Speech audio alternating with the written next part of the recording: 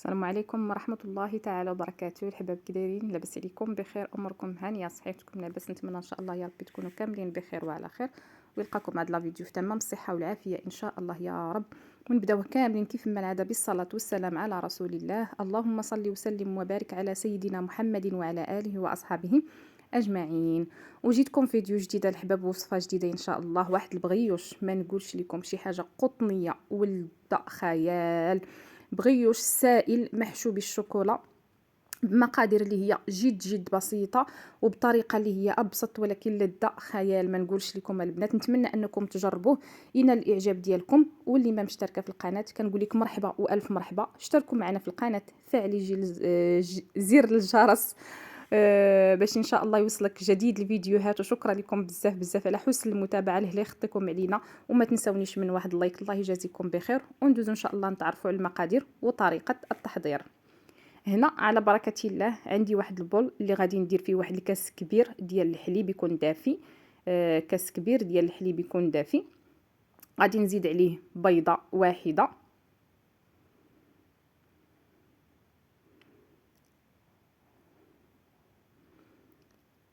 غادي نزيد عليه واحد الفاني، واحد 4 المعالق ديال السكر سنيده، واحد المعلقه كبيره ديال خميره فوريه اولا الخميره ديال العجينه. غنخلط هاد العناصر حتى يندمجوا ليا مزيان.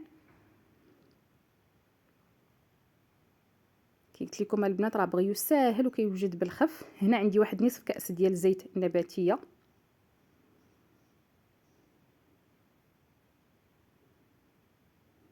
كنعاود نخلط الخليط. وغادي نبدا نضيف في الطحين.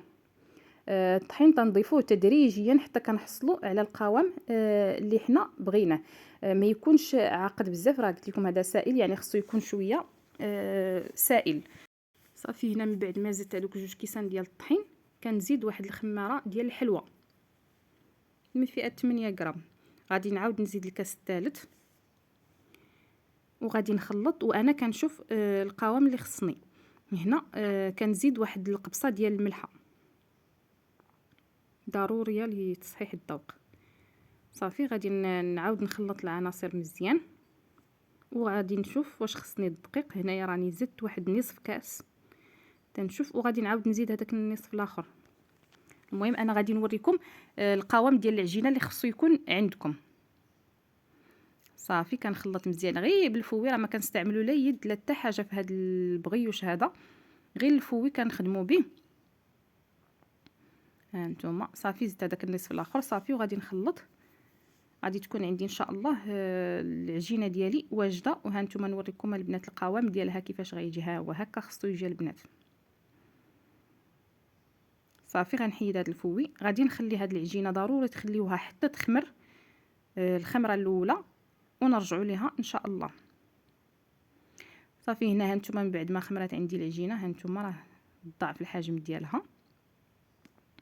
كنعاود ننزل فيها الهواء صافي على هذا الشكل هذا. وغادي نجيب واحد المول.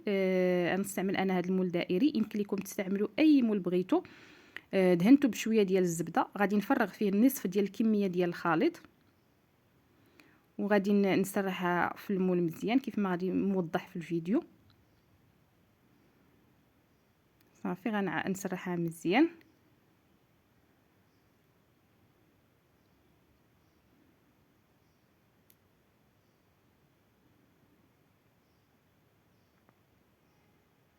غادي نجيب الشوكولا ديال الدهن، درته في واحد البلاستيكه نقبتها من التحت وصافي. وغنبدا ندير خطوط هكا على كل شيء هذا الوجه هذا.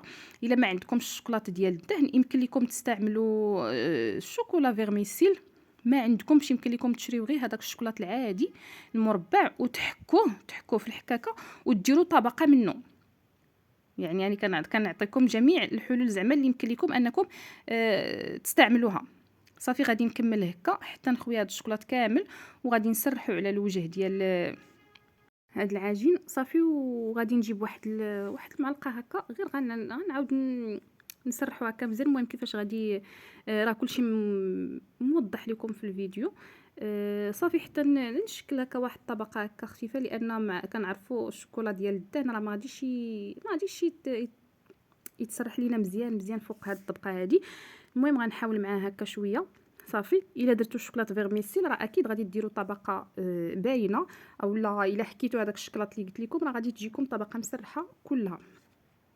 صافي هانتوما كنحاول انني نسرح هاد الشوكولاط هذا على هاد الطبقه هادي، وغادي نجيب الكميه المتبقيه ديال العجينه.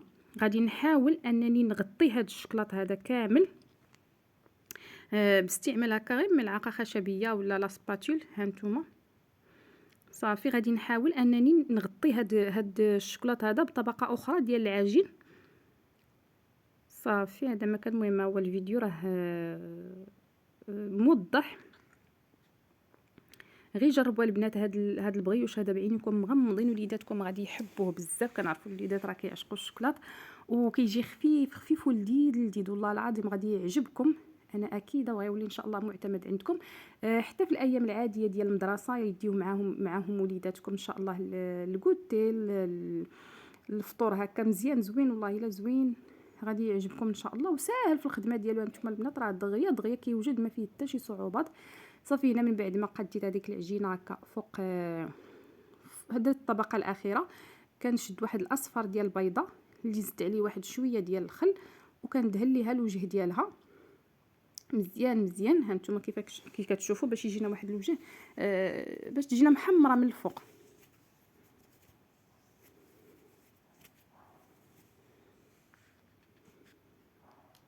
كنحاول انني ندهن الجوانب، ندهن كل شيء.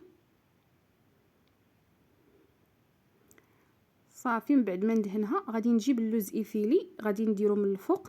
التزيين البنات كيبقى لكم اختياري، بغيتو تخليوها غير هكا خليوها، بغيتو تزينوها كما درت انا باللوز الا عندكم ايفيلي زينوها، بغيتو تزينوها بكاوكاو مهرمش زينوها، ما بغيتوش كتخليوها غير هكاك تتخرجوها ان شاء الله من الفران.